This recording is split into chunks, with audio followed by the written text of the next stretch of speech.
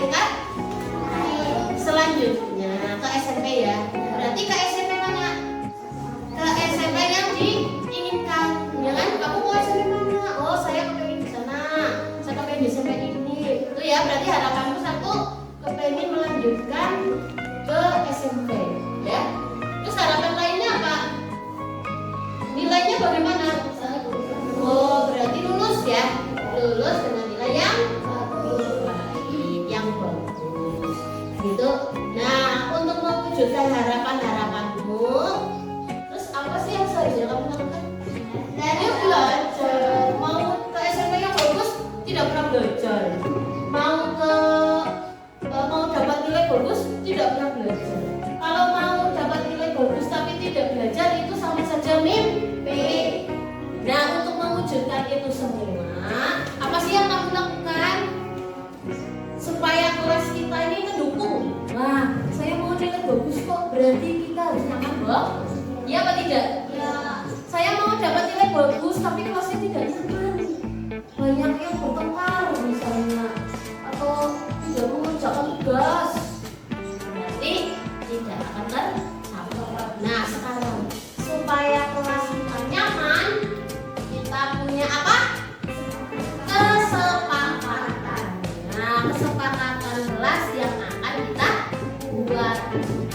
Oke? Siap membuat kesepakatan? Siap. Siap. Oke, kalau siap, ini Bu Guru ada kertas ini. Nah, bisa ada yang mau bantu Bu Guru membagikan satu-satu ke temannya? Ya, tolong dibagikan. Satu anak satu ya, Mas.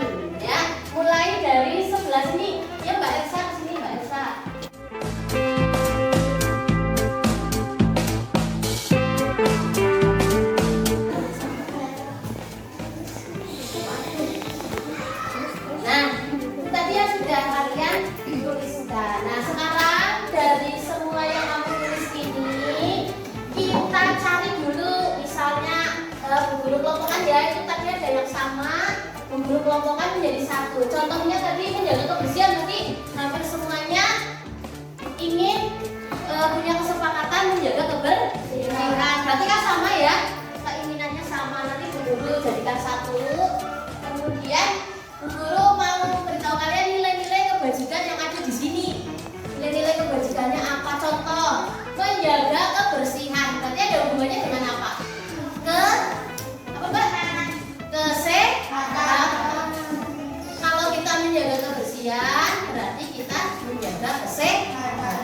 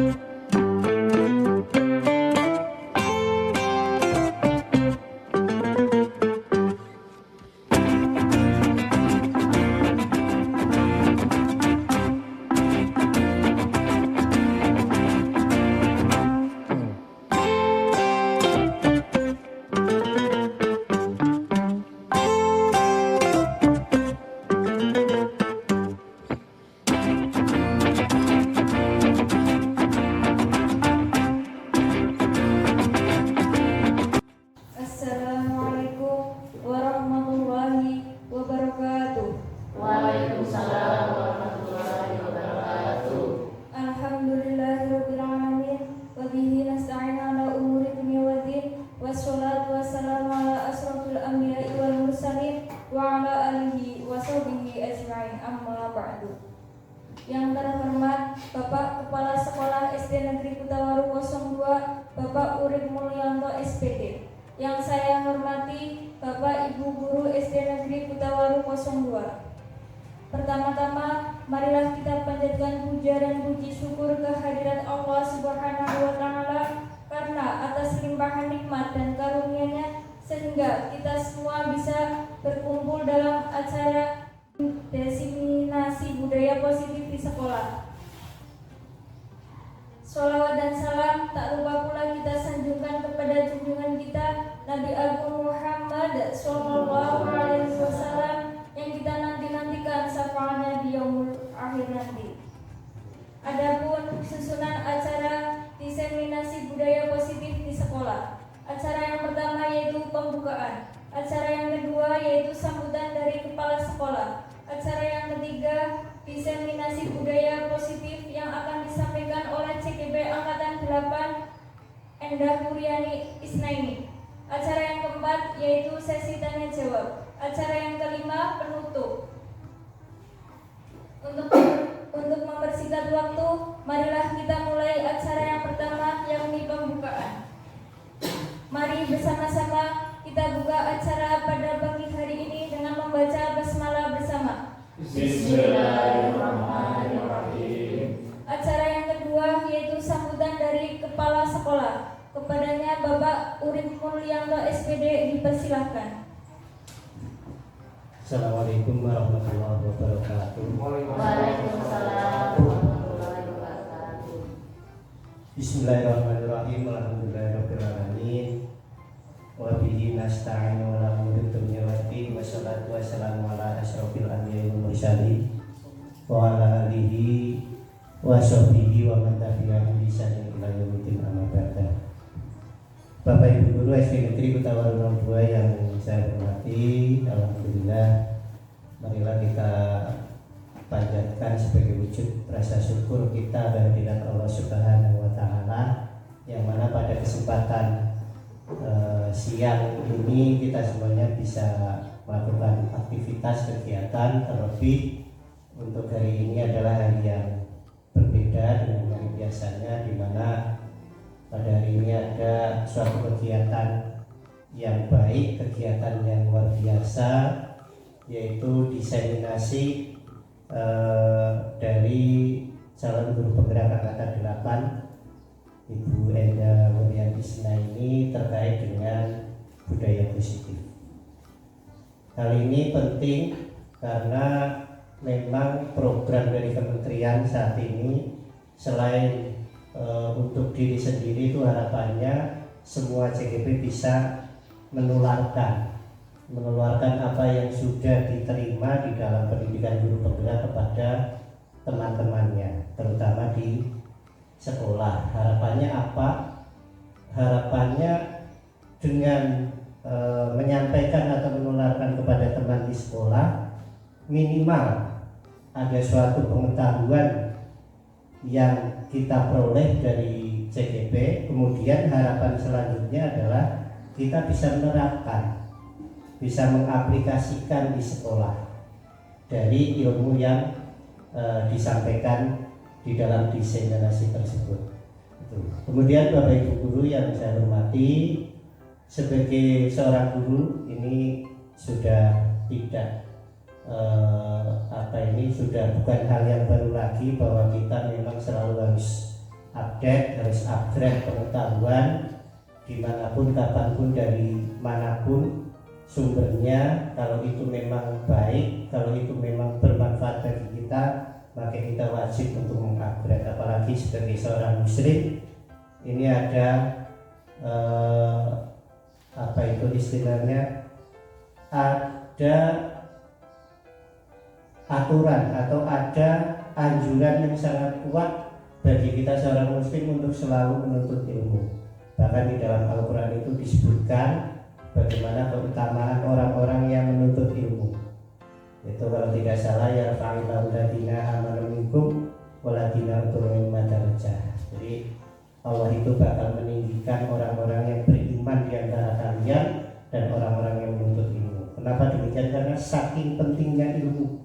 Nah, ilmu itu bisa didapatkan dari mana saja. Yang penting kita mau, mampu, dan semangat. Gitu.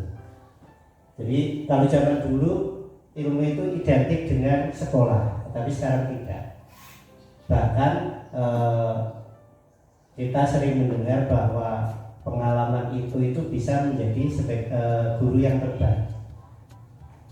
Experience is the best teacher, kalau tidak salah. Maka ini sebagai salah satu pengalaman yang baik bagi kita, bahwa kita itu pernah melakukan hal ini di SD. Nah, pengalaman ini harapannya dijadikan sebagai guru yang terbaik yang kemudian nantinya bisa kita laksanakan, karena buah dari ilmu itu adalah amal. Kalau kita punya ilmu, punya pengetahuan tapi tidak mengamalkannya, itu diibaratkan pohon tidak berbuah. Ada manfaatnya tapi manfaatnya tidak begitu banyak. Bahkan kalau pohonnya itu hanya sebagai peneduh, nek mangsani musim gugur itu disengiti bola-bali nyapu tetap berbahaya pamite gitu. Tetapi kalau kita sebagai pohon yang banyak manfaatnya, banyak buahnya, ini akan disukai oleh banyak orang, disukai oleh banyak teman. Kain antara rembel banget rambutannya, lo gimana nih? Nah, itu ibaratnya seorang yang punya ilmu kemudian mau mengamalkannya. Nah, jadi buah dari sebuah ilmu itu adalah amalan. Jadi percuma kita misalnya memiliki ilmu tapi tidak mau mengamalkannya. Sama dengan kegiatan guru penggerak ini, saya acungin jempol, saya respect luar biasa pada Bu Enda Urian, karena sedikit demi sedikit ini mau menyampaikan ilmu yang diterima di dalam pendidikan guru penggerak kepada teman-teman yang lain, sesuai dengan motto dari pendidikan guru penggerak. Pertama sekali itu adalah merasa tergerak dulu, tergerak, kemudian setelah tergerak hatinya baru bergerak. Ini bergerak, saya mau ini, kemudian mau mencari, mau membuat inspirasi dan lain sebagainya. Kemudian yang ketiga baru menggerakkan. Jadi setelah tergerak, bergerak, menggerakkan. Ini adalah motto guru penggerak. Makanya untuk teman-teman yang lain yang masih punya kesempatan, mari kita bersama-sama untuk upgrade. Kalau bukan sekarang, kapan lagi? Kalau bukan kita, siapa lagi? Jadi tidak ada kata terlambat untuk belajar, tidak ada kata terlambat untuk menuntut ilmu. Menuntut ilmu itu batasnya ketika kita sudah meninggal. Minal mati ilal lagi. Nah itu, ketika kita meninggal pun itu masih dikasih pembelajaran oleh Pak Kayin. Manrobuka. Itu kan diulang, masih diulang. Makanya apa kita mau kalah sama mayat? Sudah mau dikubur saja masih dikasih pelajaran. Kita yang masih hidup tidak mau, kemudian tidak mau membuka diri, tidak mau upgrade, maka kita akan kalah dengan mayat yang mau dikubur. Mereka masih menerima. Buktinya apa? Orang kayu sing weden. Mereka tidak menerima kan, kamu syarpurin paling, pada hidup lagi, dikasih pelajaran malah tani. Nah ini kan menakutkan. Nah, kiranya itu yang bisa kami sampaikan. Sekali lagi saya respect, acungan jempol pada Bu Enda Urian Isna ini. Mudah-mudahan sedikit karya ini bisa menginspirasi teman-teman semuanya, yang akhirnya nanti kita bersama-sama berkolaborasi bisa memajukan SD Negeri Kutawar 02. Insya Allah dengan semangat, dengan kemauan kita bisa. Akhir kalam, wassalamualaikum warahmatullahi wabarakatuh. Waalaikumsalam warahmatullahi wabarakatuh. Bismillahirrahmanirrahim. Assalamualaikum warahmatullahi wabarakatuh. Yang terhormat Kepala SD Negeri Kutawar 02, Bapak Urip Mulyanto SPD. Yang kami hormati Bapak Ibu Guru Hebat SD Negeri Kutawar 02. Puji syukur marilah senantiasa kita panjatkan kehadirat Allah Subhanahu wa taala sehingga pada kesempatan pagi hari ini kita masih bisa berkumpul, kemudian menjalankan tugas sesuai dengan kesepakatan kita. Insya Allah di tempat ini tempat yang penuh dengan kebaikan. Betul ya Bapak Ibu? Karena kita akan belajar. Bapak Ibu, seperti yang telah disampaikan tadi oleh pembawa acara, bahwa kegiatan hari ini adalah diseminasi atau menyebarkan pemahaman dan penerapan pengalaman budaya positif sebagai salah satu rangkaian tugas saya, calon guru penggerak angkatan 8. Namun begitu Bapak Ibu, walaupun ini adalah tugas, tapi saya selama 2 bulan mengikuti program guru penggerak merasa apa yang saya pelajari ini penting untuk saya tularkan kepada Bapak Ibu sekalian. Seperti yang telah disampaikan tadi oleh Bapak Kepala Sekolah, apa yang nanti saya sampaikan harapannya nanti kita bisa bersama-sama, bisa kolaborasi untuk menerapkan budaya positif di SD Negeri Kutawari 2.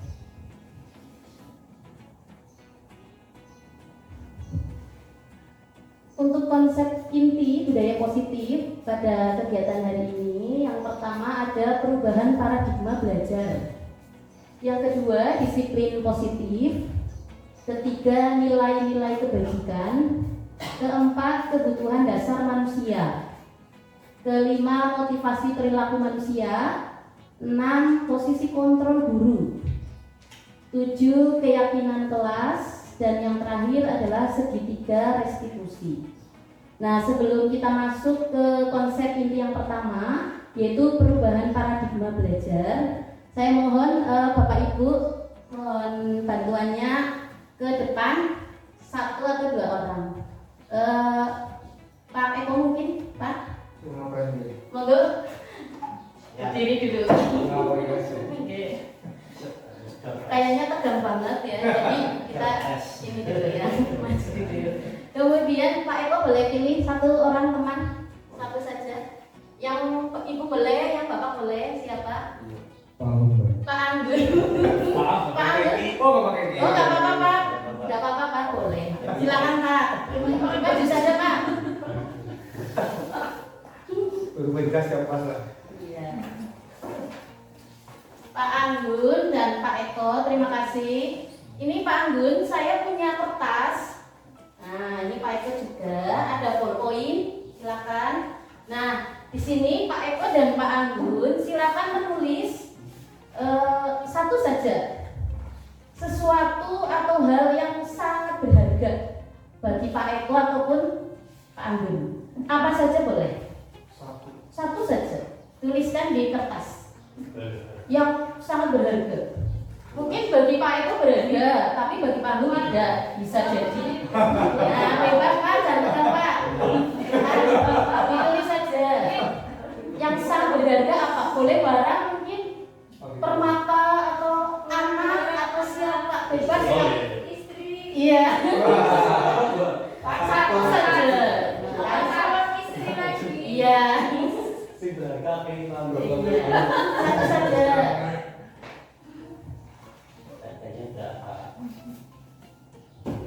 Sudah Pak? Sudah. Kalau sudah Pak, silakan kertasnya digenggam. Di tangan sebelah kiri coba Pak. Iya. Genggam. Iya. Iya. Diremas. Itu kan berharga ya Pak ya. Ingat ya Pak, itu adalah sesuatu yang sangat berharga. Berarti kalau berharga harus diapakan Pak? Dijaga, benar. Pak Anggun gimana mau dipilih? Ya, sekarang Pak Anggun ataupun Pak Eko silakan bergantian untuk meminta dibukakan dari genggaman tangannya. Nah, kita ada kertas, tadi ada sesuatu yang berharga ya Pak ya, benar ya? Silakan, boleh diintimidasi, dikelitiki, atau dipaksa, atau dipendeliti juga boleh. Silakan Pak Eko dan Pak Anggun untuk meminta Pak Anggun membuka genggaman tangan tadi. Iya. Atau mungkin mau ditukar uang. Ingat ya Pak, itu benda paling berharga ya dalam hidup Pak Eko dan Pak Anggun. Malah pandang-pandangnya.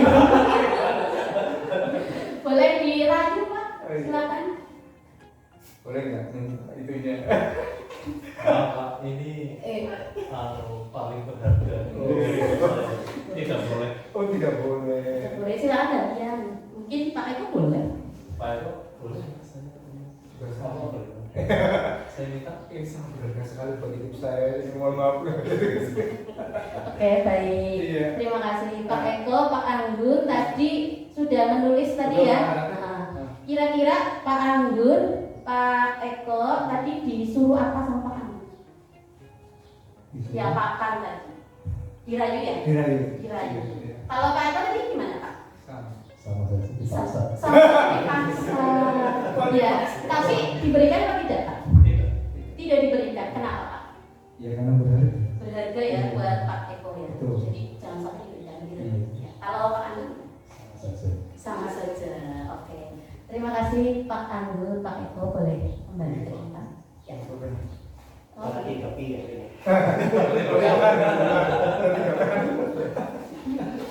Baik, Bapak Ibu, tadi ada salah satu ilustrasi ya. Nah, di sini pembelajaran dengan paradigma baru. Pertanyaan yang pertama tadi, apakah Anda membuka kepalan tangan Anda? Tadi jawabannya tidak. Baik Pak Eko maupun Pak Anggun tidak mau membuka. Padahal sudah dipaksa, sudah diintimidasi, dirayu, tapi tidak mempan ya Pak. Kemudian mengapa atau apa alasan Anda? Tadi jawabannya adalah karena benda tersebut paling berharga, sangat berharga, tidak tergantikan. Kalau misalnya saya ganti uang gimana Pak? Oh tidak bisa. Tetap tidak bisa. Tidak bisa. Tidak bisa. Baik. Nah, sekarang pertanyaan ketiga ini Pak yang paling penting. Siapa sesungguhnya yang memegang kendali atau kontrol untuk membuka ataupun menutup kepalan tangan? Yang mengontrol siapa? Apakah teman kita? Apakah orang tua kita? Diri sendiri. Oke ya. Jadi di sini pembelajaran dengan paradigma baru adalah sesungguhnya yang memegang kontrol ya adalah diri kita sendiri. Ya. Di sini ilusi guru mengontrol murid. Pada dasarnya nih ya, murid itu tidak bisa kita paksa. Walaupun kelihatannya atau ilusinya anak tersebut itu nurut, mau. Nah, kalau anak itu nurut bukan dari gurunya, tapi memang muridnya yang ingin seperti tadi membuka kepalan tangan. Mungkin muridnya membuka karena apa? Karena mendapatkan kebutuhan dasarnya. Ya, membuka karena dia mendapatkan lebih. Tapi sebetulnya itu bukan dari gurunya, tapi dari dia sendiri. Itu namanya ilusi guru mengontrol murid. Cuma ilusi saja. Kemudian ilusi bahwa semua penguatan positif efektif dan bermanfaat. Kemudian ilusi bahwa kritik dan membuat rasa bersalah mampu menguatkan karakter. Itu juga sama, ya. Kritik dan membuat rasa bersalah. Kemudian ilusi bahwa orang dewasa berhak memaksa. Nah, ini orang dewasa itu bapak dan ibu guru. Senang apa tidak memaksa muridnya? Senang banget, ya. Harus ikut apa? Iya. Gurunya A harus ikut A, gurunya B harus ikut. Nah, ini bapak ibu yang harus kita perbaiki, perubahan paradigma. Kemudian mengubah paradigma stimulus respon ke pendekatan teori kontrol. Siapa sih sesungguhnya yang memiliki kontrol? Nah, ini stimulus respon realitas kebutuhan kita sama, padahal menurut teori kontrol kebutuhan kita berbeda. Kebutuhan kita sajalah Bapak Ibu, apakah sama? Tidak. Kemudian semua orang itu melihat hal yang sama. Menurut teori kontrol, setiap orang memiliki gambaran berbeda. Kemudian yang ketiga, kita mencoba mengubah orang agar berpandangan sama dengan kita. Orang itu punya prinsip sendiri-sendiri. Tidak boleh kita mau mengubah, mencoba. Tapi karena kita tidak bisa mengubah, kita berusaha memahami. Jadi sama-sama lah ya. Misalnya Bu Wahyu punya prinsip, kan saya tidak bisa mengubah, ya kan? Saya cukup apa? Memahami saja. Demikian juga sebaliknya. Kemudian perilaku buruk dilihat sebagai suatu kesalahan. Murid-murid gelutan, ya, bertengkar, terlambat dan lain-lain. Itu dianggap suatu kesalahan. Padahal semua perilaku itu memiliki tujuan. Orang lain bisa mengontrol saya, Nyatanya hanya Anda yang bisa mengontrol diri Anda, seperti tadi yang sudah dipraktekkan. Tidak bisa dikontrol. Kemudian pemaksaan ada pada saat rujukan gagal. Sebetulnya adalah kolaborasi dan konsensus menciptakan pilihan-pilihan baru. Kalau murid kita melakukan sesuatu kesalahan, jangan langsung dihukum, dibujuk, dipaksa dan lain-lain. Tapi kita beri pilihan-pilihan untuk memperbaiki. Kemudian model berpikir menang kalah itu zaman dulu. Kalau sekarang adalah win-win, menang-menang. Jadi semuanya menang. Itu Bapak Ibu. Sampai sini jelas? Jelas ya Pak? Oke. Selanjutnya adalah yang kedua, disiplin positif. Kalau Bapak Ibu mendengar kata disiplin, apa? Yang pertama di sini. Disiplin, kamu tidak disiplin. Suruh berangkat jam 7:30, berangkatnya jam 10 misalnya. Ngeri ya? Kalau disiplin kan kayak maksa, ngeri, terus tegang, terus nanti hukuman dan lain-lain. Padahal disiplin itu artinya belajar. Kalau Bapak Ibu disiplin, saya disiplin, berarti saya ini sedang belajar sebetulnya. Disiplin mengacu pada disiplin diri yang memiliki tanggung jawab terhadap apa yang dilakukannya berdasarkan nilai-nilai yang diyakini. Kemudian kalau disiplin positif itu salah satu cara penerapan disiplin yang bertujuan untuk menumbuhkan kesadaran serta memberdayakan peserta didik tanpa imbalan, tanpa penghargaan atau reward, ancaman atau hukuman. Sekarang pertanyaan saya, Bapak Ibu datang pukul 8 sesuai kesepakatan itu alasannya apa? Alasannya biar murid bisa mencontoh. Oh keren, nah ini ya biar murid bisa mencontoh, berarti ini levelnya lebih tinggi. Kalau saya kok enggak ya? Kalau saya seperti ini ya, saya ribu ya sama masyarakat, bukan teman sebetulnya ya, sama masyarakat. Karena dilihat ya, lo guru berangkatnya telat misalnya, murid itu sepatu selara belakang-belakang, gurunya baru datang. Itu saya levelnya di situ. Berarti saya levelnya tuh paling rendah. Kalau Wahyu ini sudah bagus, levelnya apa? Tinggi. Pengen dicontoh oleh murid-muridnya. Berarti ini Bu Wahyu ini beri tepuk tangan ini yang meriah ini ya. Alasannya luar biasa. Misalnya Pak Rohmat rumahnya di Wates gitu ya. Kalau misalnya Pak Rohmat datangnya jam 8, kira-kira Pak Rohmat bagaimana? Nyaman tidak Pak? Misalnya paling perut mulus. Maksudnya perasaannya, saya berangkatnya tidak sesuai dengan kesepakatan, padahal rumahnya di Wates. yang merasa tidak enak. Tidak enak, berarti kan tidak nyaman ya Pak? Iya, sama berarti seperti saya. Tapi saya yakin di sini Bapak Ibu sudah punya disiplin positif, mungkin tinggal belum konsisten mungkin, atau konsepnya belum betul mungkin. Kemudian menurut Ki Hajar Dewantoro, di mana ada kemerdekaan, di situ harus ada disiplin yang kuat. Kalau Bapak Ibu belum disiplin, artinya belum merdeka, belum bebas ya. Merdeka itu artinya tidak hanya terlepas dari perintah, akan tetapi juga cakap buat memerintah diri sendiri. Bapak Ibu lebih mudah memerintah orang apa memerintah diri sendiri? Benar. Lebih mudah perintah orang, memerintah diri sendiri itu susah, ya kan? Malah kadang-kadang kita jadi berbohong, ya kan? Bohong, misalnya saya sudah apa udah belum loh. Perang batin, ternyata lebih susah memerintah diri sendiri. Kemudian untuk konsep berikutnya adalah nilai-nilai kebajikan. Apa sih nilai-nilai kebajikan? Nilai-nilai kebajikan adalah nilai yang disepakati bersama, lepas dari suku, bangsa, agama, bahasa maupun latar belakangnya. Nah ini nilai-nilai kebajikan yang ada di sekolah biasanya sudah ada dalam profil pelajar Pancasila. Ada beriman, bertakwa kepada Tuhan Yang Maha Esa dan berakhlak mulia. 1. Kemudian berkebinekaan global, gotong royong, mandiri, kreatif dan bernalar kritis. Kemudian menurut IBO Primary Years Program, ini ada toleransi, rasa hormat, integritas, mandiri, menghargai, antusias, empati, keingintahuan, kreativitas, kerjasama, percaya diri. Itu adalah nilai-nilai kebajikan universal. Artinya apa?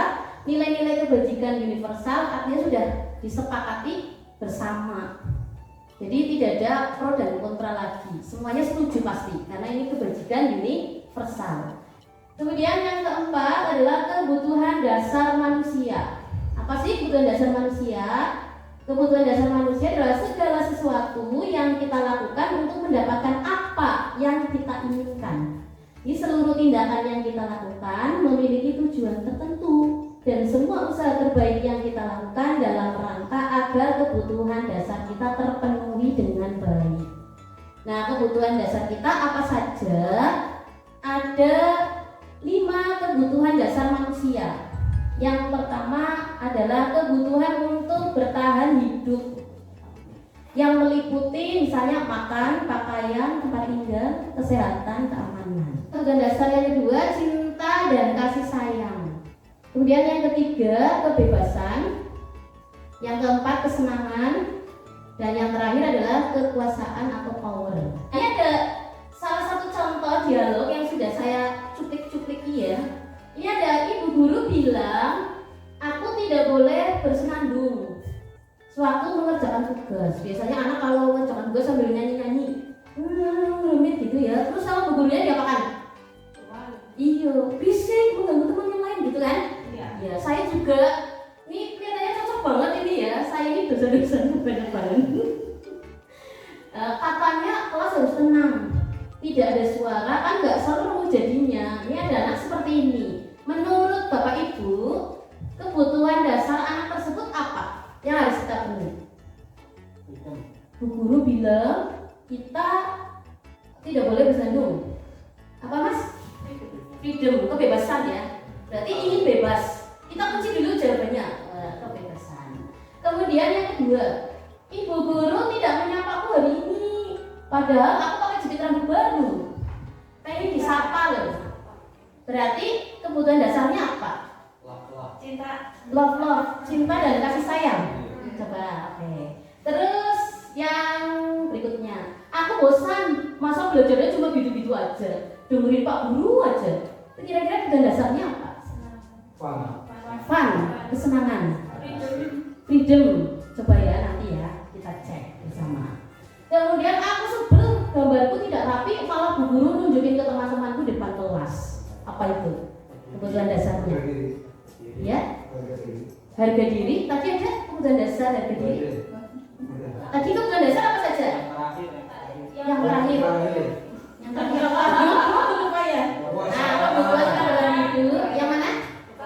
Kekuasaan. Coba kita cek ya. Kenapa tidak? Wah, yang pertama ternyata kebutuhan dasarnya adalah kesenangan. Berarti kalau anak pengen kesenangan, kita bapak ibu guru bagaimana? Kita musik bisa jadi mungkin main tepuk-tepuk, nyanyi-nyanyi. Iya, jangan terlalu serius ya bapak ibu. Saya juga sekarang belajar. Dulu saya lepaskan banget ya. Tapi begitu tahu, saya ngomong terus loh.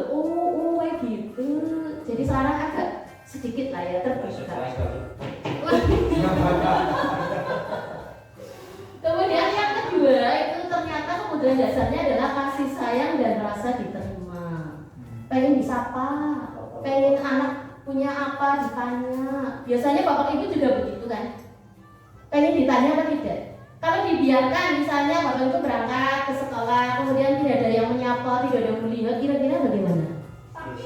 Sakit hati ya? Sekolah. Minimalnya ditanya lah ya. Ya ditanya, Bu, Pak, dan seterusnya. Kemudian aku bosan tadi masa belajar gitu-gitu aja. Ternyata butuh kebebasan. Anak-anak tidak senang sebetulnya ya kalau di kelas terus. Pengen jalan-jalan, pengen belajar di luar, pengen sambil berangkangan dan lain-lain ternyata. Kemudian yang terakhir adalah penguasaan. Nah itu adalah kebutuhan dasar manusia. Gimana Bapak Ibu? Masih semangat apa lemes? Semangat. Semangat. Mudah-mudahan masih semangat ya. Ini baru berapa menit ya? Baru 3 menit. Baru 3 menit saja sudah banyak. Tadi ada berapa? Dilanjutkan. Nah ini, sekarang yang kelima adalah motivasi perilaku manusia menurut Bosen. Nah jadi motivasi perilaku manusia ada 3. Yang pertama itu adalah untuk menghindari ketidaknyamanan atau hukuman. Jadi akan muncul pertanyaannya, apa yang akan terjadi apabila saya tidak melakukannya? Sanksi. Nah itu tadi. Karena tadi untuk menghindari ketidaknyamanan maka motivasi kita jadinya Pak berangkatnya, kalau yang tadi kasusnya berangkatnya kasih. Karena tadi itu tadi tidak nyaman kalau berangkatnya kesiangan. Padahal di sini tidak ada hukuman ya. Di sini ada hukuman tidak kalau Bapak Ibu terlambat. Saya misalnya tidak ada kan ya? Diizinkan. Iya. Diizinkan ya. Iya, karena rumahnya di Wates, jadi seperti itu. Orang berangkat. Kemudian untuk mendapatkan imbalan atau penghargaan dari orang lain, maka muncul pertanyaan, apa yang akan saya dapatkan apabila saya melakukannya? Nah, kedua hal ini adalah motivasi eksternal, berarti dari luar. Motivasinya datang dari luar. Nah, ini yang seperti saya lakukan ini adalah motivasinya dari luar selama ini. Padahal yang ideal, yang terbaik adalah motivasinya dari dalam diri sendiri, yaitu motivasi internal untuk menghargai diri sendiri. Saya akan menjadi orang yang seperti apa bila saya melakukannya. Kalau melanggar peraturan, misalnya tidak ingin melanggar peraturan karena tidak mau dihukum, karena tidak mau dimarahi. Kalau anak didik kita, peserta didik kita bagaimana? Motivasinya peserta didik di SD Kutawaru 2 kira-kira yang mana Bapak Ibu? Takut. Karena takut sama gurunya. Berarti motivasinya internal apa eksternal? Eksternal. Nah, ini yang harusnya kita ubah. Harusnya peserta didik kita itu punya motivasi internal. Motivasinya itu dari dalam diri sendiri karena ingin menghargai diri sendiri. Kemudian Bapak Ibu selama ini sering, mungkin saya ya, kalau Bapak Ibu di sini baik-baik kecuali saya, suka memberi hukuman atau suka memberi penghargaan. Kalau memberi penghargaan pernah atau tidak? Sering ya. Bika memberi penghargaan apa Bika? Memujinya bagaimana Bapak? Pinter. Kalau Pak Eko pernah memberi penghargaan pada muridnya? Dia lagi sampai sana. Sama ya. Pernah juga ngasih sesuatu. Pernah juga memberi sesuatu. Apa Pak? Ya kuis lah. Pertanyaan dikasih.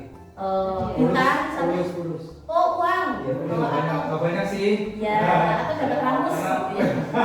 Ada mau ikut kuis. Iya. Kalau misalnya gimana? Misalnya diam-diam baik. Kalau misalnya pernah memberi penghargaan pada muridnya? Cuma dalam bentuk kata-kata. Kalau Bu Ayu, kalau ini harusnya di sini biar gantian. Kalau Bu Ayu bagaimana? Pernah memberi penghargaan? Sering juga. Oke. Sama ya. Penghargaannya apa tuh? Doakan. Itu udah pasti. Didoakan hidupnya ya. Itu penghargaan. Sama kayak kita memuji anak. Memuji anak. Walaupun dia ngerti, ya tetap dipuji. Iya, iya. Terima kasih. Nah, padahal hukuman dan penghargaan itu sama buruknya, Bapak Ibu. Ternyata saya juga baru tahu. Saya pikir kalau diberi penghargaan, anak jadi termotivasi, jadi senang, kemudian melakukan hal yang lebih baik. Ternyata dihukum, ini ada istilah dihukum malah oleh penghargaan. Bahwa penghargaan berlaku sama dengan hukuman dalam arti meminta atau membujuk seseorang melakukan sesuatu untuk memenuhi suatu tujuan tertentu dari orang yang meminta atau membujuk. Dorongannya eksternal dan ada faktor ketergantungan. Nah, beberapa dampak dari pemberian penghargaan adalah pengaruh jangka pendek dan jangka panjang. Misalnya, muridnya Bu Selin kalau masuk ke kelas tidak bisa tertib, dorong-dorongan, pintu sampai ambruk misalnya, dorong-dorongan. Ya, karena masih kecil kan begitu, pengen duluan. Kemudian Bu Selin punya cara, coba kalau yang masuknya rapi nanti dapat bintang. Nah, itu kan penghargaan ya Bu Selin ya. Nah, tetapi tiba waktunya Bu Selin tidak berangkat sekolah. Ya, itu sudah berhasil. Ketika mendapat penghargaan, anak jadi tertib, jadi rapi. Kemudian setelah Bu Selin di hari tertentu tidak berangkat, juga digantikan oleh Pak Anggun misalnya, ada Juli. Pak Anggun itu tidak tahu ya kalau di kelasnya Bu Selin itu ada penghargaan, misalnya diberi bintang dan lain-lain. Maka anak tersebut akan tertib apa tidak? Tidak, kembali lagi ke setelan pabrik. Ya, kembali lagi tidak disiplin. Karena tadi motivasi anak-anak kelas 2 adalah mendapat penghargaan. Nah, di sini karena motivasinya masih dari luar, eksternal, maka tidak berdampak pada murid. Kemudian ternyata beberapa dampak dari pemberian penghargaan adalah penghargaan malah menghukum. Penghargaan mengurangi ketepatan. Penghargaan tidak efektif. Penghargaan merusak hubungan. Hubungan apa itu? Iya, hubungan antar teman pastinya. Misalnya, iya betul, iri. Harusnya bagaimana nanti ya? Penghargaan menurunkan kualitas. Kemudian penghargaan mematikan kreativitas. Dan penghargaan mengurangi motivasi intrinsik.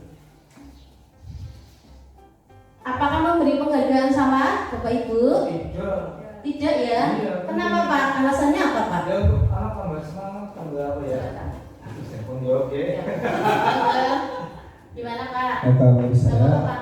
Kan beda. iya penghargaan itu penting buat anak. Terlepas dari dampak ini, hal-hal yang mungkin negatif dan seterusnya, apapun yang anak lakukan kalau itu baik, positif, perlu kita kasih penghargaan. Dan untuk apapun dari pujian, ya kan, seperti apa lagi, bintang, mungkin sanjungan dan sebagainya, atau mungkin dalam bentuk barang dan sebagainya, biar tambah semangat dan memotivasi anak yang lain agar bisa seperti itu. Kalau saya seperti itu, Berarti setuju ya Pak? Kalau dengan setuju. adanya penghargaan. setuju. Oke. Iya, monggo. Ya, terima kasih. Saya menambahkan. Ya. Pak Anggun bagaimana? Langsung contoh saja. Iya, silakan. Ya. Ya. Bapak, Ini Pak. contoh saja Bu Indah. Ya. Langsung. Silakan Pak. Dari anak saya ya, dari Ya. kelas 1 Ya. saya kasih penghargaan ranking 1 saya kasih sepeda. Ini berarti di rumah ya Pak? Iya. Ya, boleh Pak. Ini internal ya. Iya, boleh. Lalu kelas 2 saya tidak kasih penghargaan. Ternyata baru ke ranking 2. Iya. Nah, mungkin di setiap akhir mungkin ada penghargaan, semangatnya lebih tinggi. Ketika tidak ada penghargaan, dia tidak ada semangat. Mungkin ada positif dan minusnya. Ada positif dan negatifnya ya Pak. Gitu aja. Iya. Terima kasih Pak Anggun. Saya terharu loh, ini Pak Anggun mau ngomong. Karena ada hubungannya juga sih. Oh iya betul Pak. Berarti Pak Anggun ini pembelajar, ya seperti saya ini lagi belajar ngomong maksudnya. Semoga nanti terus senang ya Pak ya besok ya. Siap ya Pak. Tadi menurut Pak Eko sangat setuju dengan adanya penghargaan ya Pak. Dan menurut Pak Anggun bisa iya bisa tidak. Iya mungkin seperti ini ya Bapak Ibu.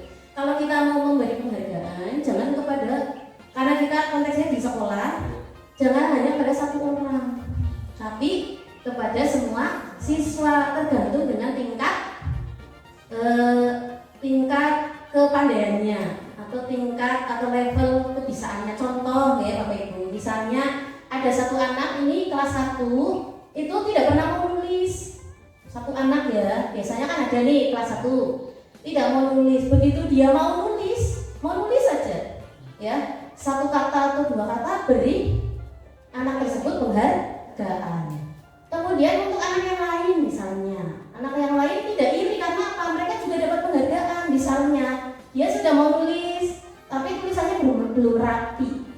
Ya, setelah diajari, diberi masukan dan lain-lain, akhirnya anak tersebut bisa menulis rapi. Maka anak tersebut juga dapat penghargaan.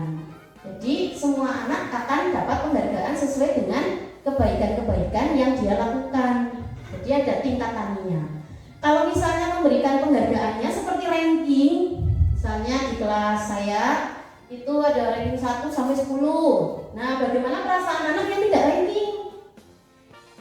Kira-kira anak tersebut sedih apa tidak? Sedih, bahkan malu, kemudian malah nanti tidak mau belajar, merasa apa? Paling tidak ranking, paling aku rankingnya terakhir dan lain-lain. Makanya di kurikulum Merdeka ya, Bu Ika dan Bu siapa ya, Bu Jun tidak dapat. Itu tidak ada ranking ya Bu. Karena tadi itu ya, ranking adalah penghargaan dan memberi penghargaannya tidak ke semua anak. Seperti itu nggih Pak Eko. Tapi yang nggih Pak. Jadi kan anak yang 10 kan tadi. Terus yang lain dikasih apa? Senang apa permen? Kurang beli ya, tiba-tiba mereka ya tapi kan adil kan karena yang menurut saya loh, yang lain itu kasih karena dia punya prestasi kan, dengan sesuai dengan materi ya apa versi mereka, urutan sebagainya proporsional, jangan kasih yang merata lah, permen apa ya? Berarti sesuai dengan kreativitas gurunya. Nah ini kan permen karena ini dia tanya juga gimana? Iya Pak, baik Pak. Kita lanjutkan. Di sini ada bentuk program kebajikan atau apresiasi. Jadi dalam memberikan apresiasi atau pengakuan perlu diingat beberapa hal. Yang pertama, beri dukungan secara khusus. Kedua, beri pengakuan secara pribadi. Beri pengakuan pada semua murid tadi yang sudah saya sampaikan ya, secara bergantian. Beri pengakuan secara konsisten. Kemudian fokus pada prosesnya, jangan pada hasilnya. Makanya tadi saya mengatakan tentang anak yang tidak menulis dan lain-lain, kan proses itu.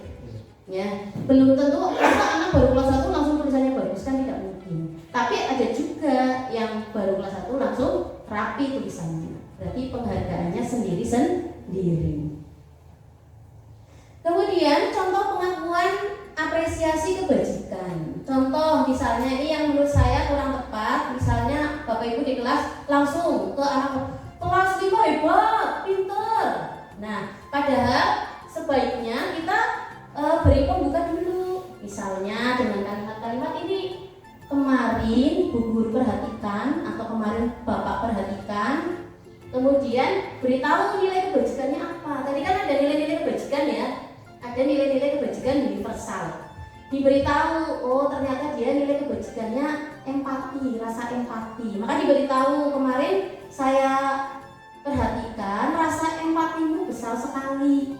Kemudian ditambahin dengan situasi pada saat itu, misalnya pada saat menolong teman. Berarti kalimatnya jangan kamu baik, kamu pintar, kamu hebat, jangan hanya seperti itu maksudnya. Tapi ada pembuka, ada nilai kebajikannya, ada situasinya. Nah kalau misalnya cuma kamu hebat sekali loh, hebat dalam hal apa? Pintar dalam hal apa? Yang jelas. Kemudian contoh lain misalnya, saya menghargai, berarti itu pembukanya. Kemudian nilai kebajikannya adalah misalnya kepedulian. Jadi saya menghargai kepedulianmu. Saat apa situasinya? Saat teman-temanmu melakukan tugas kelompok. Kemudian yang terakhir mungkin terima kasih untuk rasa tanggung jawabmu pada saat kamu memungut kertas-kertas yang berserakan di lantai. Jadi semuanya itu bisa kita beri penghargaan, tidak hanya 1-2 orang. Itu ya Pak Bu. Ya. Nah ini ada satu perbedaan antara hukuman, konsekuensi, dan restitusi. Kalau tadi hukuman kelihatannya sudah tahu, konsekuensi juga, yang restitusi mungkin yang belum ya. Kita cek dulu perbedaannya apa. Kalau hukuman itu tidak terencana atau tiba-tiba. Sedangkan untuk konsekuensi itu terencana atau disepakati sesuai peraturan. Sedangkan restitusi proses menciptakan kondisi bagi murid untuk memperbaiki kesalahan. Tidak terencana, tiba-tiba ngerti-ngerti dihukum karena belum pernah ada kesepakatan, padahal tahu-tahu dihukum, kamu tidak boleh masuk karena kamu tidak pakai sepatu warna hitam misalnya. Tiba-tiba, berarti itu namanya hukuman. Tapi kalau sebelumnya sudah ada peraturan atau kesepakatan bersama, maka itu namanya konsekuensi. Seperti membayar, Pak, ya. Jadi kalau kita melakukan kesalahan, kamu membayar, itu konsekuensi. Kemudian untuk restitusi ini menurut saya terbaik katanya. Kemudian murid tidak tahu apa yang akan terjadi atau tidak dilibatkan. Tidak tahu, tidak dilibatkan, tahu dapat hukuman. Kemudian kalau konsekuensi, murid tetap dibuat tidak nyaman. Sedangkan restitusi proses kolaboratif yang mengajarkan murid untuk mencari solusi sendiri. Dan di sini masih ada untuk hukuman bersifat satu arah, kemudian berupa hukuman fisik atau psikis. Untuk konsekuensi, sikap guru selalu memonitor murid. Ini ada perbedaan-perbedaan antara hukuman, konsekuensi, dan restitusi. Nah ini, motivasi perilaku manusia. Tujuan dari disiplin positif adalah menanamkan motivasi yang ketiga, yaitu yang motivasi intrinsik pada murid-murid kita, yaitu untuk menjadi orang yang mereka inginkan dan menghargai diri sendiri dengan nilai-nilai yang mereka percaya yang berdampak jangka panjang.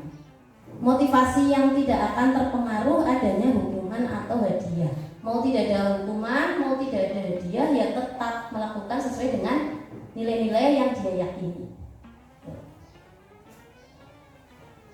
Kemudian sebagai seorang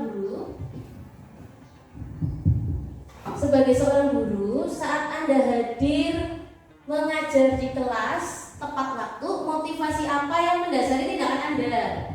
Bapak Ibu mohon dijawab. Sebagai seorang guru, Bapak Ibu, guru kan ya, kita guru pendidik, saat hadir mengajar di kelas tepat waktu, motivasi apa yang mendasari tindakan Anda? Motivasinya apa sih kalau kita datang tepat waktu mengajar? Dari isi. Berarti masih itu ya, eksternal ya. Masih eksternal. Kemudian jika di sekolah tidak ada peraturan nih, tidak ada peraturan yang mengharuskan guru datang tepat waktu, kemudian tidak ada atasan, apakah Anda tetap datang tepat waktu untuk mengajar murid-murid Anda? Jelas, pasti, luar biasa.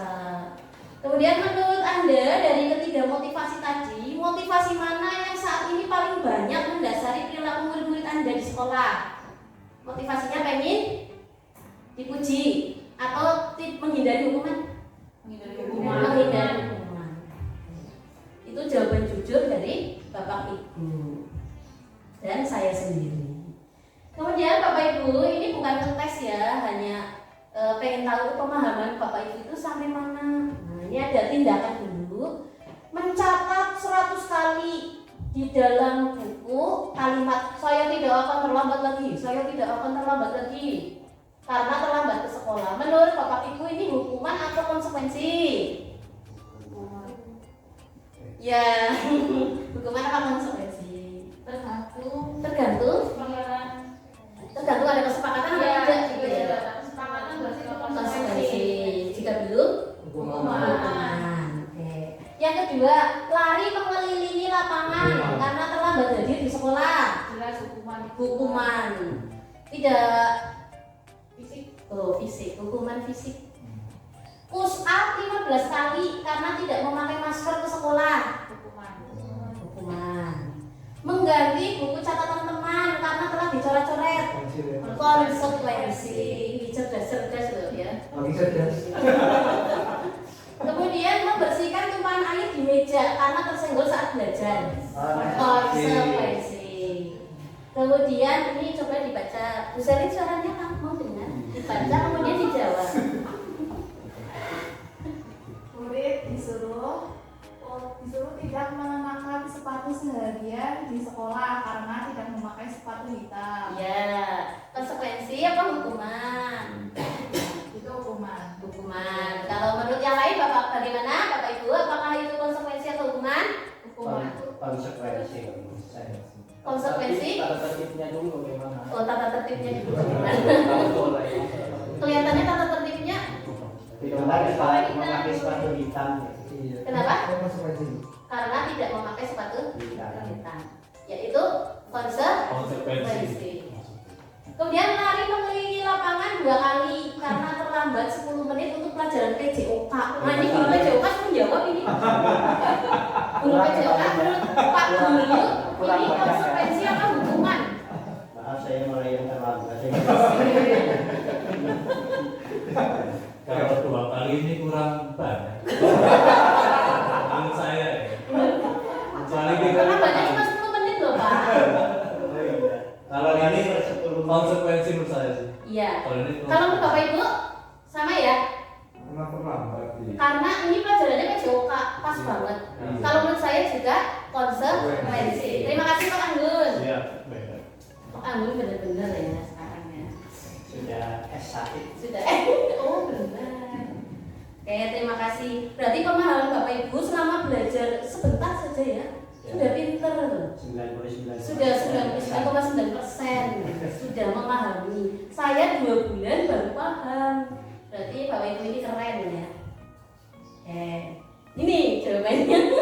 Nyata. Hukuman. Hukuman. Oh iya. Tinggi. Yang Jadi hubungan ya. Iya. Sudah? Makanya 99%. Iya, jadi belum 100%. Berarti harus ada belajar sedikit lagi mungkin ya. Atau besok kita buat lagi seperti ini. Siap, baik. Oke. Kemudian yang keenam adalah 5 posisi kontrol guru. Yang pertama ada 5 posisi kontrol guru sebagai penghukum. Yang kedua pembuat merasa bersalah. Yang ketiga sebagai teman. Yang keempat sebagai pemantau, sedangkan yang kelima sebagai manajer. Ini untuk ibu guru ya. Pak Iya. Guru ya. Iya. Gambarnya masih ada sebelumnya, ini sama ya. Berarti saya tidak memikirkan ke depan ya. Kurang visioner. Saya membuatnya kurang nih ya. Nanti untuk pelajaran ke depan. Kemudian posisi kontrol guru sebagai penghukum. Guru seperti ini senantiasa percaya hanya ada satu cara, satu-satunya cara ya agar pembelajaran bisa berhasil, yaitu cara saya, cara dia. Jadi misalnya saya ini sebagai penghukum, maka saya beranggapan bahwa pembelajaran akan berhasil jika mengikuti cara saya.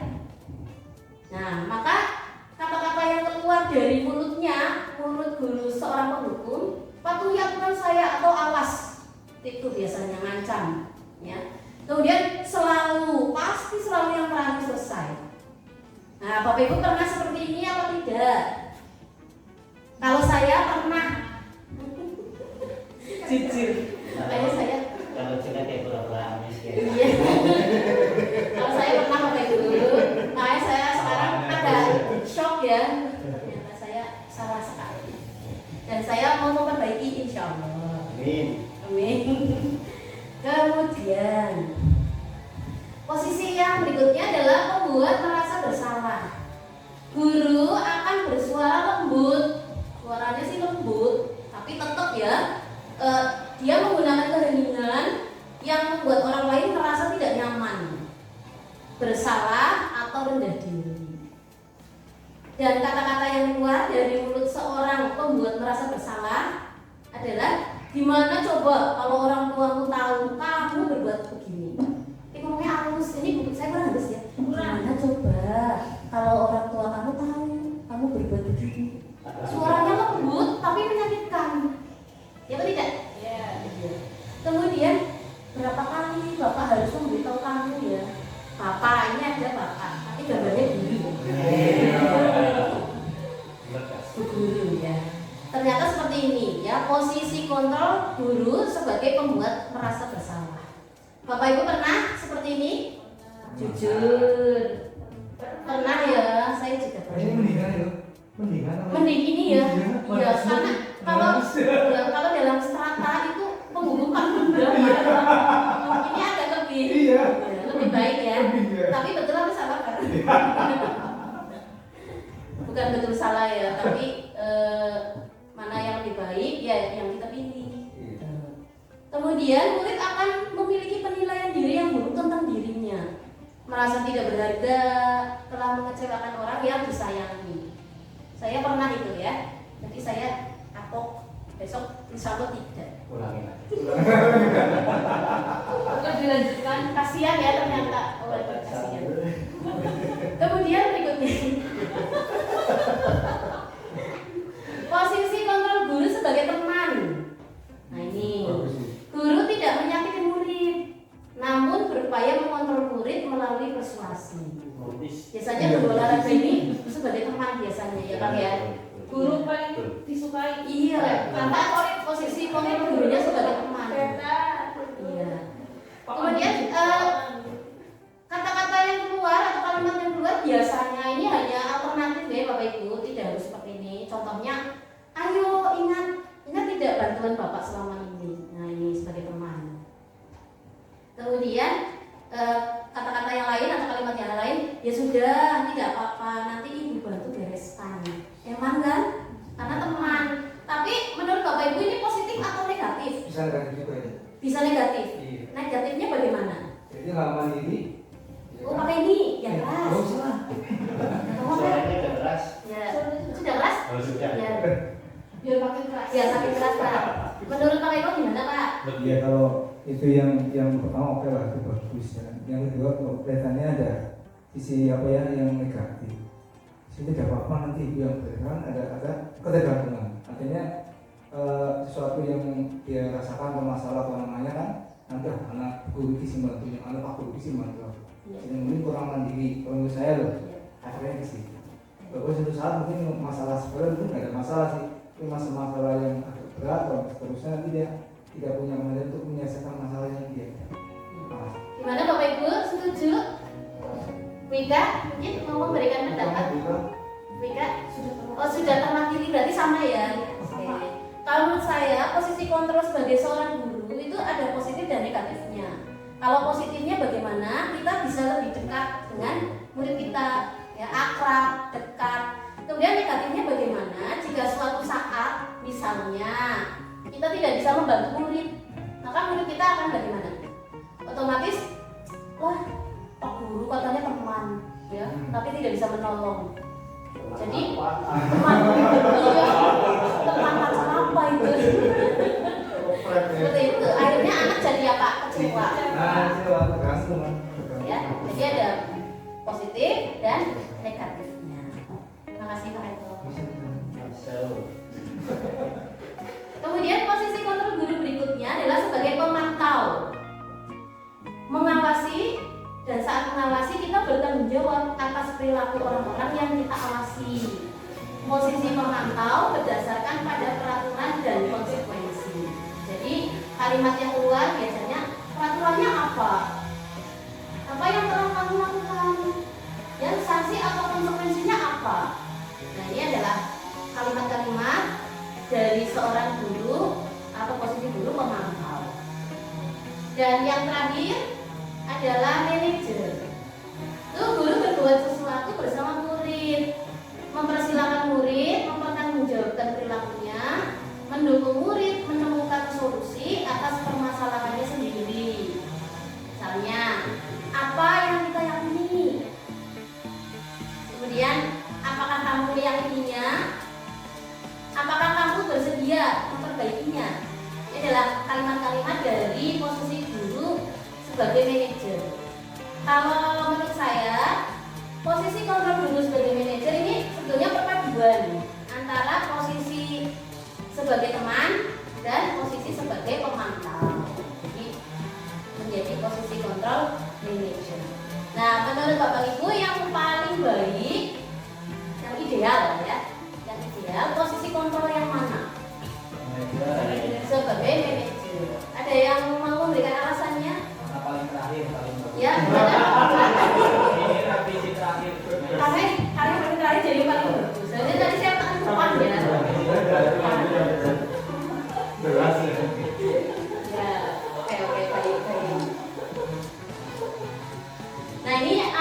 contoh-contoh penerapannya dari 5 posisi kontrol guru. Misalnya ada kasus siswa tidak memakai atribut lengkap saat upacara. Jika gurunya posisi kontrol sebagai penghukum, maka akan seperti ini: hormat bendera selama 1 jam, jemur kulitnya.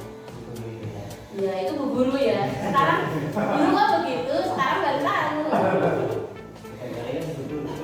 Bu guru, Pak guru tidak ada ya. Pak gurunya baik, gurunya ada, gurunya baik. Makasih ya.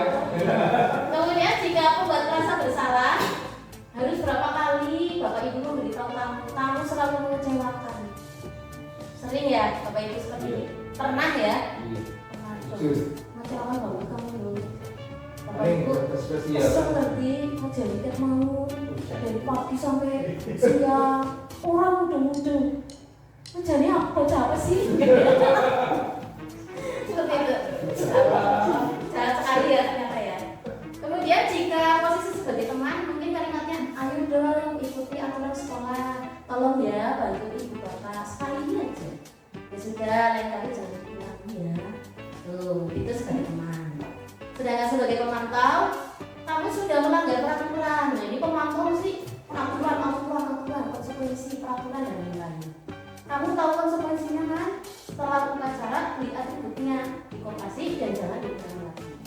Itu sebagai pemantau. Sedangkan sebagai manajer, ini yang paling baik tadi kata Pak Roma karena yang terakhir ya.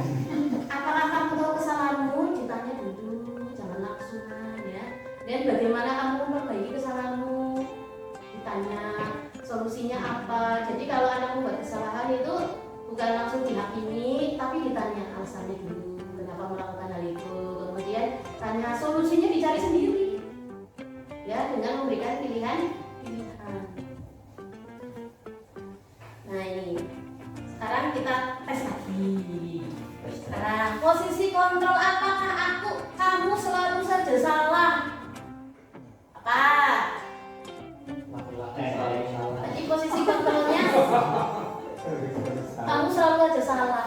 Sebagai penghukum, sebagai pembuat rasa bersalah, sebagai teman, pemantau atau manajer? Membuat rasa bersalah. Sebagai pembuat rasa bersalah.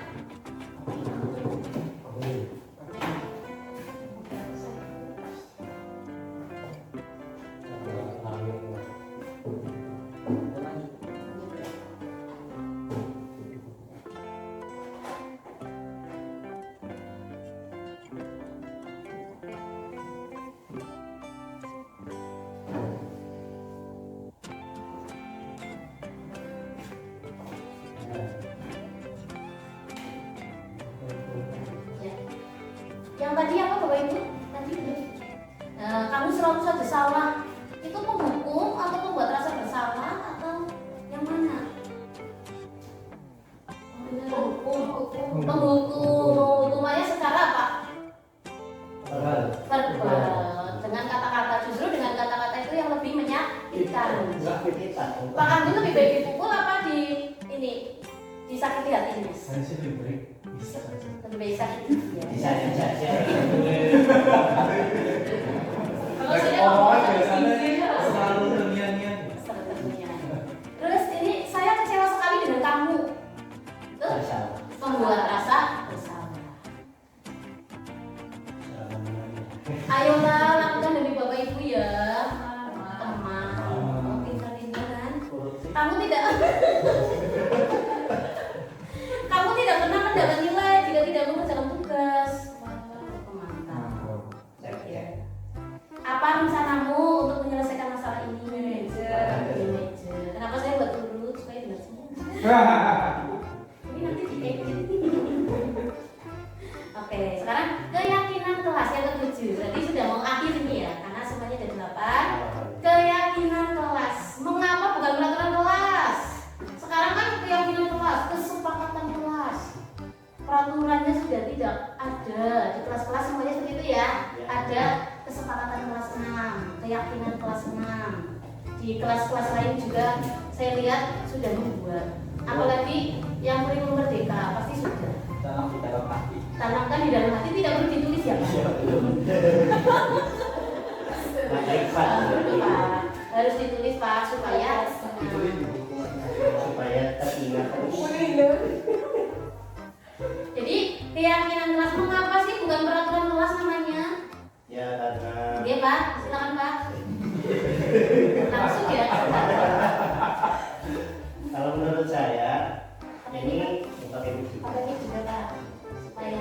Cek.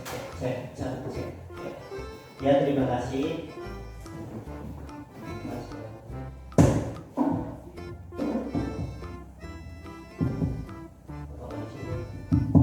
Cek ya. Terima kasih.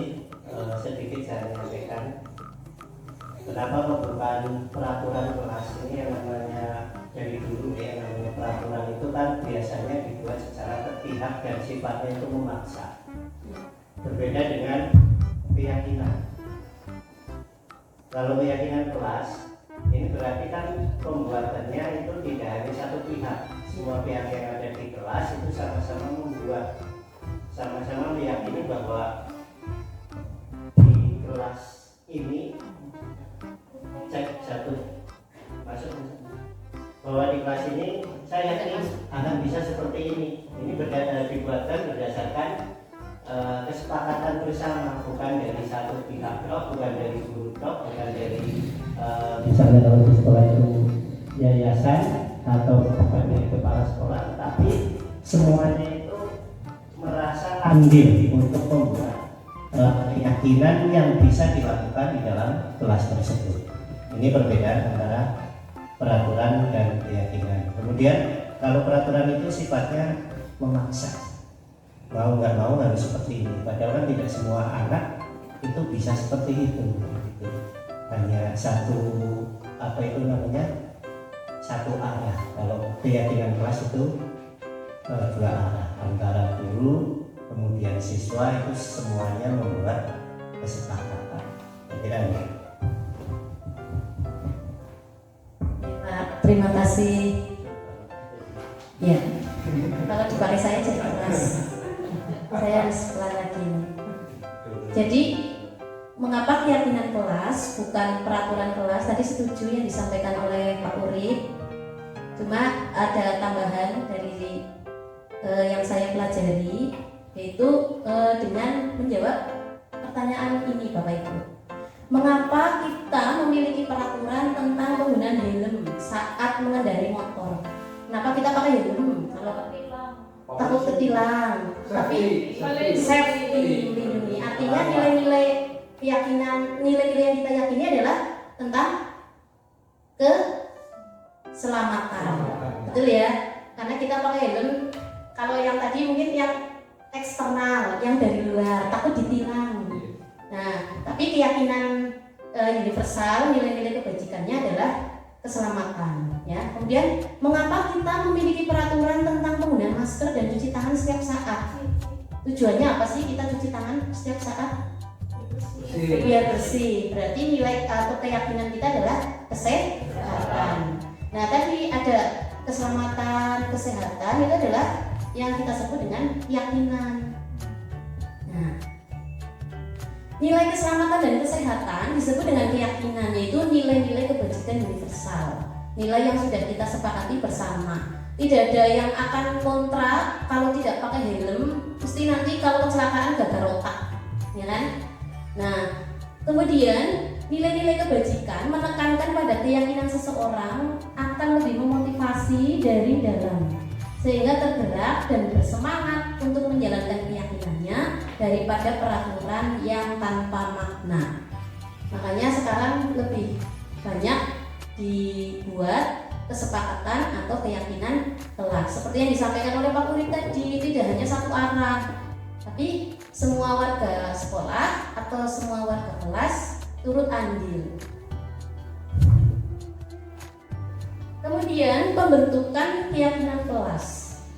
Ya. Dalam pembentukan keyakinan kelas itu dibuat dalam pernyataan positif. Dan sedikit saja agar mudah diingat, sesuai dengan kondisi kelas dan sekolah agar mudah diterapkan. Kemudian melibatkan semua warga kelas dan sekolah. Kalau Bapak Ibu kelas 3 mungkin belum ya, 3 dan 6 sebetulnya belum pernah mendapatkan pelatihan tentang kurikulum merdeka, belum pernah diajari cara membuat kesepakatan kelas atau keyakinan kelas. Kalau Bu Haji sudah ya? Oh belum juga, baru Wika ya, Wika dan ujung kelas 1 dan kelas 4. Karena saya pernah ngintip-ngintip, bukan ngintip sebetulnya, sering ke kelas, dulu kelas 3 sudah ada tulisan kesepakatan atau keyakinan kelas. Padahal saya itu pengen tanya, kok kesepakatannya? Karena saya belum pernah belajar. Dan sekarang alhamdulillah tahu sendiri. Belum sempat tanya sudah tahu. Alhamdulillah. Ya. Kemudian ini adalah contoh-contoh kegiatan saya dalam membuat kesepakatan kelas. Nah, ini ya.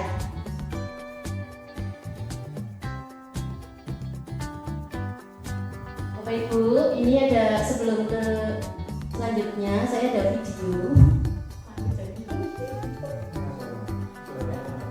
Caranya nggak ada ya?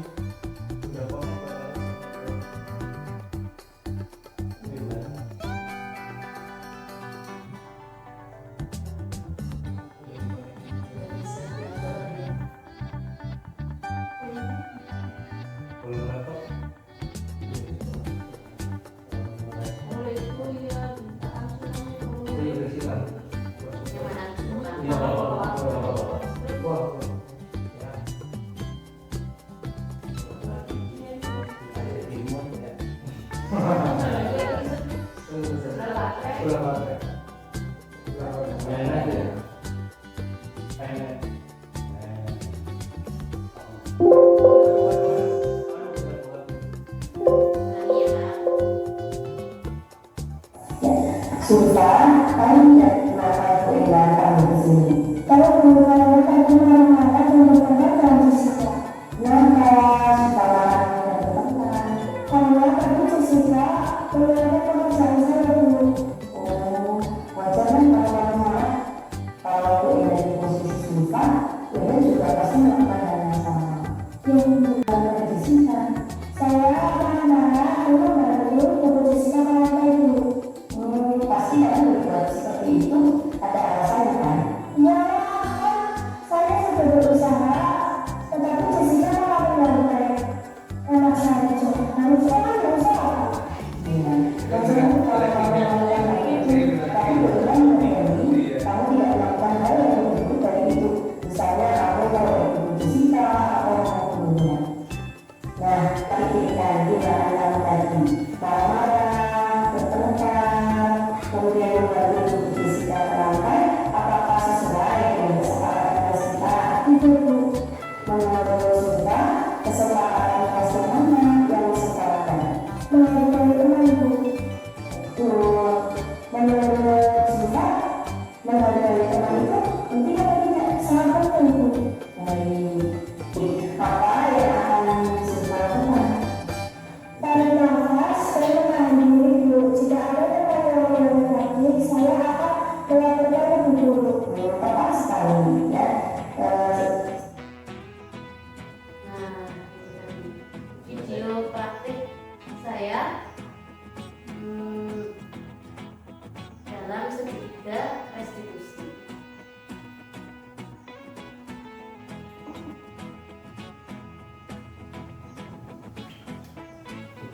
Kemudian ini untuk kasus 1 yang sudah saya praktekkan. Mohon maaf Bapak Ibu, sebetulnya praktek ini bukan dalam rangka sudah saya Kami tidak melakukan keindahan kami di sini.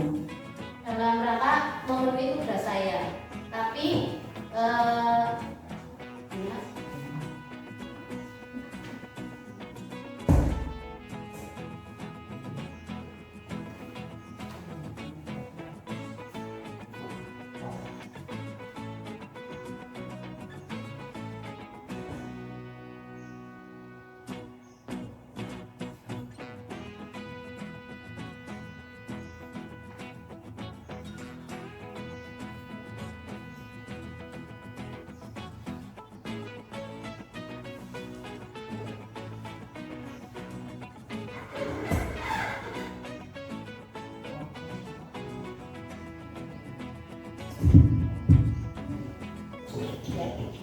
jadi tadi praktek dalam segitiga restitusi.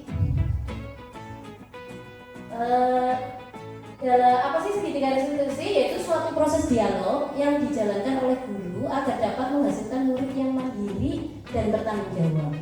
Kemudian tahapan segitiga restitusi yang pertama adalah menstabilkan identitas, yang kedua validasi tindakan yang salah dan menanyakan keyakinan. Seperti seperti yang sudah saya lakukan, kelihatannya sudah memenuhi 3 tahapan karena memang sudah dibuat skenarionya. Mungkin kalau dalam kenyataannya kita menghadapi anak-anak yang punya masalah, anaknya bertengkar gelut misalnya. Kalau kita tanya belum tentu menjawab, malah mungkin mendelik atau mungkin nangis. Jadi tidak semudah itu ya kalau dalam prakteknya, karena tadi hanya teori, hanya contoh, mungkin bisa saja anaknya juga cepat menjawab. Kalau dalam kenyataannya belum tentu. Tapi walaupun sulit, pasti kita berusaha untuk mencoba ya, mencoba yang terbaik untuk murid kita. Kemudian dari tahapan segitiga restitusi, yang pertama adalah menstabilkan identitas. Berdasarkan prinsip bahwa membuat kesalahan adalah bagian dari proses pembelajaran. Kalau kita salah, artinya itu kita sedang belajar. Berarti kalau Bapak Ibu tidak pernah salah, artinya Bapak Ibu pintar, apa Bapak Ibu tidak belajar? Bukan manusia. Kalau manusia pasti punya salah, pernah salah. Kemudian dalam menstabilkan identitas, nanti kita praktekkan ya Bapak Ibu, biar tambah pemahaman kita tentang segitiga restitusi. Ada kata-kata yang keluar, biasanya berbuat salah itu wajar. Tidak ada manusia yang sempurna. Bapak atau ibu guru juga pernah melakukan itu. Dan Bapak Ibu tidak mau mencari siapa yang salah, tapi Bapak Ibu ingin mencari solusi dari permasalahan ini. Dan yang terakhir adalah kamu berhak merasa begitu. Seperti yang tadi saya praktekkan bersama Zulfa. Tadi Zulfa keren sekali actingnya, ya, marah temenan, ngegas tadi. Ya. Tadi saya katakan pada Jessica, pada Zulfa, karena Zulfa bertengkar dengan temannya, maka saya sudah menstabilkan identitas dengan mengatakan bahwa Bu Enda juga pernah loh melakukan hal seperti itu. Iya, betul. Jadi semua manusia itu pernah salah, tidak hanya murid kita. Kemudian validasi tindakan yang salah, tahapan berikutnya. Berdasarkan prinsip, setiap perilaku berupaya memenuhi suatu kebutuhan tertentu. Biasanya kalimat-kalimat yang keluar dalam validasi tindakan yang salah, itu kamu pasti punya alasan mengapa melakukan hal itu. Dan padahal kamu bisa melakukan yang lebih buruk dari ini ya. Kamu patut bangga karena telah melindungi sesuatu yang penting buatmu. Kamu melakukannya karena mempertahankan sesuatu yang penting bagimu. Itu kalimat-kalimat yang keluar biasanya dari validasi tindakan yang salah. Seperti yang saya praktekkan tadi, saya sudah mengucapkan kalimat kamu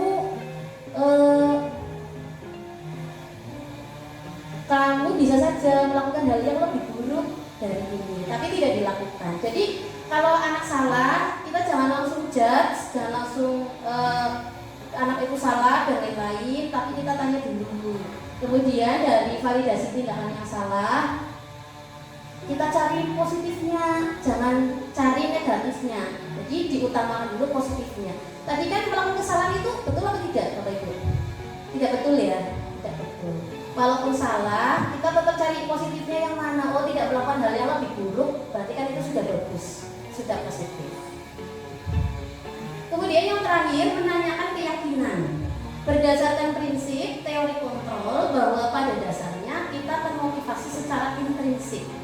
Dengan contoh-contoh kalimat, apa keyakinan kelas kita, nilai-nilai apa yang telah disepakati bersama, kemudian seperti apa gambaran kelas yang ideal menurut kamu, dan kamu ingin menjadi orang yang seperti apa. Di praktek tadi dengan murid saya sudah mengatakan tadi apakah bertengkar, kemudian membantu buku, marah-marah sudah sesuai dengan kesepakatan kelas kita. Nah, Bapak Ibu, kesimpulan pada kegiatan hari ini adalah budaya positif harus dibangun untuk menumbuhkan motivasi internal pada murid yang nantinya akan ikut berpengaruh kepada pencapaian visi sekolah. Membangun budaya positif tentu saja tidak bisa dilakukan sendiri. melainkan membutuhkan kolaborasi dari seluruh warga sekolah. Dibutuhkan juga dukungan dari orang tua siswa. Demikian Bapak Ibu paparan yang dapat saya sampaikan. Semoga bermanfaat untuk kita semua, terutama untuk murid-murid kita dan untuk kemajuan SD Negeri Tawarudiyah. Demikian, kurang lebihnya mohon maaf. Assalamualaikum warahmatullahi wabarakatuh.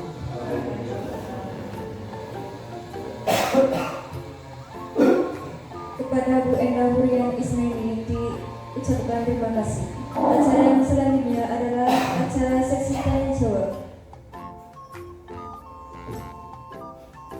Monggo yang mau bertanya, silakan. Bu Selin, silakan Bu Selin.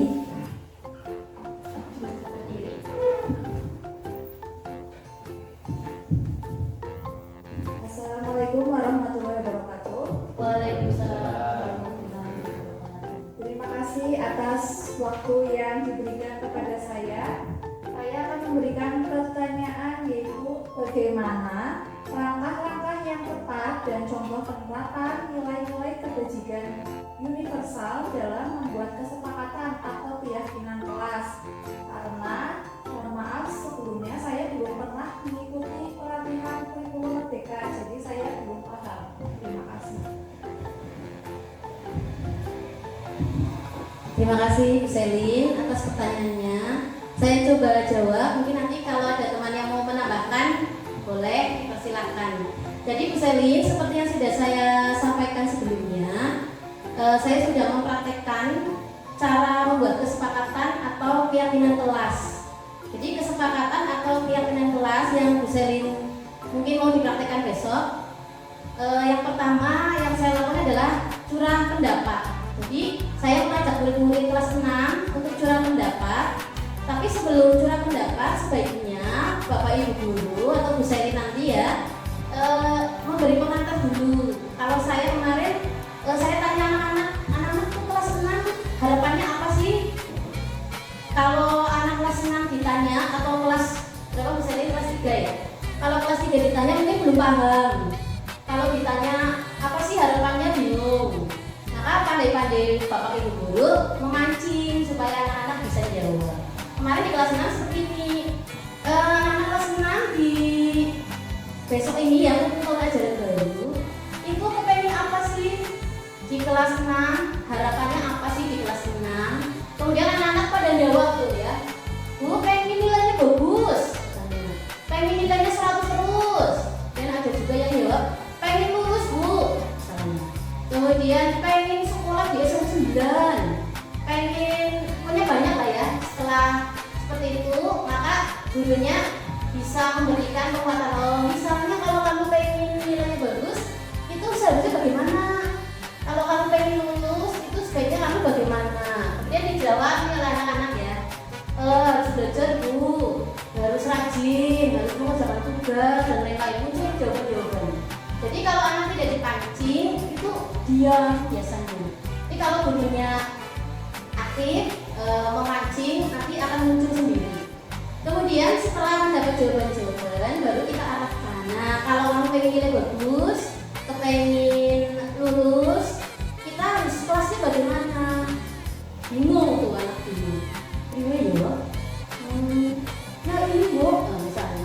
Ada yang jawab harus nyaman Bu kelasnya, kelas 6 harus dihias-hias katanya.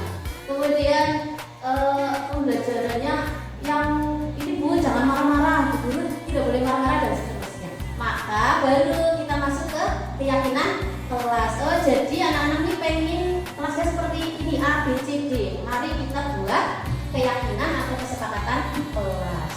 Nah setelah itu Bu Selin misalnya kalau besok mau praktek, bisa menggunakan kertas atau bisa ditulis di papan tulis. Nanti akan muncul peraturan-peraturan dari anak. Misalnya yang kemarin saya tulis di sini, itu katanya tidak boleh membuang sampah di laci, tidak boleh membuang sampah di laci atau di tempel ya. Kemudian tidak boleh berkelahi, tidak boleh bertengkar, kemudian katanya tidak boleh membuli, terus dilarang membuang sampah di halaman banyak nanti ya. Setelah itu Bu Selin Bu Selin kumpulkan jawaban-jawaban anak, dikumpulkan. Kemudian kalimat-kalimat negatif yang tadi jangan, tidak boleh, dilarang, itu kita ubah menjadi kalimat positif. Contohnya dilarang membuang sampah di laci, itu kalimat negatif. Kalimat positifnya apa Bu kira-kira? Buanglah sampah di tempat sampah, atau bisa juga jagalah kebersihan. Nah, setelah kita buat kalimatnya menjadi kalimat positif, kita cek lagi tadi ya. Kemudian kita beritahu nilai-nilai kebajikan universal. Jangan lupa, misal tadi tidak jagalah kebersihan, ditanya berarti nilai kebajikannya apa? Yaitu tentang kesehatan. Kemudian tadi ada anak misalnya sudah dibuat kalimat-kalimat positif, itu menghargai dan menghormati teman. Berarti itu apa Bapak Ibu? Nilai-nilai kebajikannya saling misalnya menghargai dan menyayangi misalnya. Jadi kita buat kalimat-kalimat positif tadi, kita beritahu nilai-nilai kebajikannya. Jangan cuma buat terus ditulis seperti itu. Menurut saya kurang tepat. Kemudian selanjutnya setelah nanti ditulis, dijadikan satu, ditempel di tempat yang bisa dilihat. Kalau Pak Muhammad tadi katanya dalam hati. Kalau dalam hati nanti tidak kelihatan, bisa lupa. Ya kan Pak Muhammad ya? Ya, jadi ditempel seperti itu di tempat yang terlihat. Jadi cara membuat kesepakatan kelas seperti itu. Bu Selin, paham Bu Selin? Sudah cukup? Cukup, baik.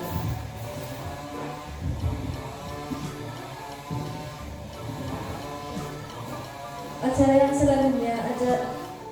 selanjutnya adalah acara doa penutup yang akan disampaikan oleh Bapak Eko Yudianto. Kepada Bapak Eko Yudianto, dipersilakan.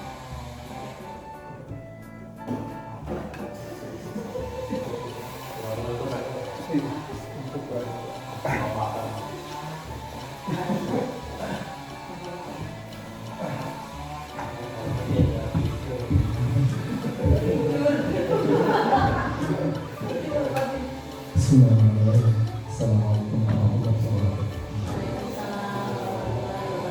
Bismillahirrahmanirrahim.